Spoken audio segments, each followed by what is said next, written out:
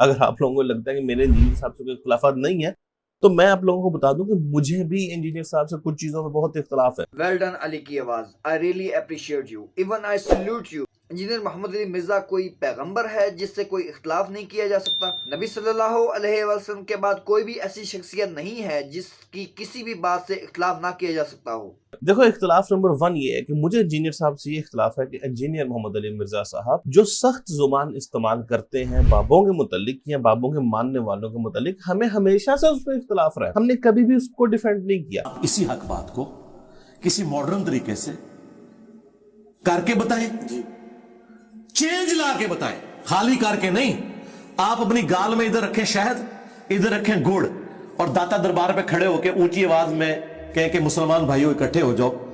میں آپ کو آپ کے نبی کا فرمان سناتا ہوں، اور یہاں جو بابا جی دفن ہے یہ بھی ہمارے نبی کے ماننے والے ہیں، اور بقول آپ کے یہ سید ہیں، رسول اللہ کی اولاد میں سے ہیں، تو یقیناً یہ بھی قبر میں میری بات کا برا نہیں مانیں گے کہ نبی علیہ السلام نے فرمایا، صحیح مسلم کی حدیث ہے، میں تمہیں منع کرتا ہوں قبروں کو پکا کرنے سے، قبروں پر عمارت بنانے سے، اور قبروں پر مجاور بن کے بیٹھنے سے. ڈائریکٹ بیٹھنا بھی منع اور مجاور بھی. یہ صحیح مسلم کی حدیث ہے، اور میں یہ بریلویوں کا ترجمہ پڑھ رہا ہوں. اور ہاتھ میں آپ ایک کدال اٹھائیں، 3-4 کدال اور ساتھ اٹھائیں، ان کو کہیں کہ بسم اللہ کریں اللہ کا نام لے کے. یہ سید صاحب کی ہی تعلیمات ہیں، علی بن عثمان حجویری کی، کہ آپ نے قرآن و سنت میں چلنا ہے. یہ مزار انہوں نے خود نہیں بنایا تھا، پچھلوں نے بنایا. یہ مسلم شریف میں حدیث نکل آئی ہے. تو اللہ کا نام لے کے بزرگوں کو آج خوش کرتے ہیں. آج تک تو ہم نے دودھ چڑھا کے انہیں خوش کیا، 11ویں دے کے خوش کیا. آج اپنے نبی کی سنت پہ عمل کر کے خوش کرتے ہیں. شروع کریں، پریکٹیکلی کر کے بتائیں. اگر آپ سمجھتے ہیں کہ آپ کے میٹھے انداز سے کوئی دنیا میں تبدیلی آنی ہے تو آپ کریں نا سرکار، کر کے بتائیں. پورا آپ میٹھا سا مزاج رکھیں.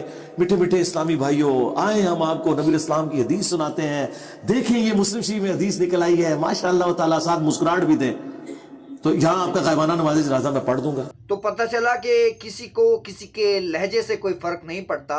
ایکچولی میں ان کو اس بات سے فرق پڑتا ہے جو بات ان کے خلاف کی جاتی ہے. اعتراض نمبر 2 کیا ہے؟ وہ یہ ہے کہ حضرت امیر معاویہ رضی اللہ تعالیٰ عنہ، آپ سب لوگوں کو پتا ہے کہ جی وہ ان کے کافی انہوں نے باتیں کی، اور وہ کافی باتیں کرتے کرتے جذباتی ہو کے کچھ ایسے الفاظ بول جاتے ہیں جو ان کو شاید نہیں بولنے چاہیے تھے. ہم یہ تو نہیں کہتے کہ گستاخ کوئی ہو جاتا ہے، آپ لوگ تو ویسے ہی ہر بندے کو گستاخ ڈکلیئر کر دیتے ہیں، ہم ایسا نہیں کہتے. لیکن ہم یہ کہتے ہیں کہ ایک شخصیت کا کوئی ادب ہوتا ہے. تو جذباتی ہو کے یہاں باتیں کرتے کرتے اس فلو میں نہیں چلے جانا چاہیے کہ آپ کو وہ ادب بھول جائے. اور آج واللہ یہی ہوتا ہے کہ انجینئر محمد علی مرزا صاحب جب بھی کبھی ڈسکشن کر رہے ہوں، خاص طور پہ میں آپ کو بتاؤں، جب بھی وہ کہتے ہیں نا حدیث ہے 2812، تو میں آگے کرتے ہوں، میں نہیں سنتا. میں کہتا ہوں یار میں نے 50,000 دفعہ یہ حدیث سن لی ہے، ٹھیک ہے ہمیں پتہ چل گیا، بس آگے کرتی ہے. ہمیں کوئی شوق نہیں ہے اس چیز کا کہ ہم بار بار کھرونچیں اس چیز کو، جس طرح وہ کہتے ہیں نا میں کینسر بنا دوں گا. ہمیں کوئی شوق نہیں، ہم سنتے بھی نہیں ہے کہ ٹھیک ہے یار یہ حدیث سنی ہوئی، آگے چلتے ہیں. میں آپ کی اس بات سے تو 100% ایگری کرتا ہوں کہ کسی بھی انسان کو اپنا مقدمہ بیان کرتے ہوئے الفاظ کا چناؤ احتیاط سے کرنا چاہیے کہ کہیں ایسا نہ ہو کہ وہ کسی رسپیکٹیبل پرسن کی توہین کر بیٹھے. اور 28/12 کے بارے میں کہوں گا کہ اگر آپ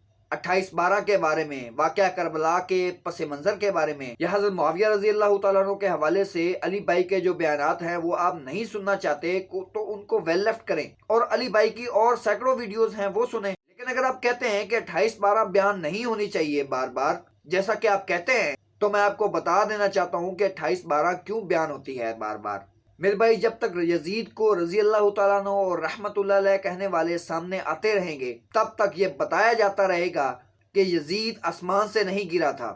یزید کو اس تخت پر بٹھانے کے پیچھے جو سسٹم کار فرما تھا، اس سسٹم کی شروعات بہت پہلے ہو چکی تھی. تو 28/12 یہ بتاتی ہے کہ ٹوٹی کمند کہاں. تو جب تک یزید کا دفاع کرنے والے نکلتے رہیں گے، تب تک 28/12 بار بار بار بار بار بار بیان ہوتی رہے گی. تیسرا اختلاف میرا ان سے یہ ہے کہ انجینئر محمد علی مرزا نے کہا کہ کوئی شخص اپنا پیشاب بھی نہیں روک سکتا. پھر وہ اس میں اتنے جذباتی ہوئے کہ انہوں نے کہہ دیا کہ کوئی نبی اور کوئی جو صحابہ ہے، وہ کوئی ولی اللہ جو ہے نا وہ یہ کام نہیں کر سکتا. دیکھو میں یہ کہتا ہوں، مجھے کوئی شخص اگر یہ کہے نا کہ بٹ صاحب وہ آپ کے والد محترم نے فلاں کام کیا ہے، ان سے کہیں ایسا نہ کیا کریں، یہ غلط ہے، تو میں کہوں گا یار ٹھیک ہے میں دیکھتا ہوں، میں سمجھاتا ہوں انہیں.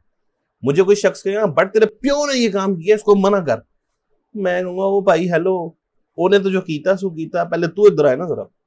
میری اس سے لڑائی ہو جائے گی، میں اس کی اس بات پر کبھی بھی نہیں کروں گا. اس لیے کسی کو یہ کہنا کہ تیرا پیو انج ہے، تیری ماں انج ہے، یہ ایک غلط طریقہ ہے.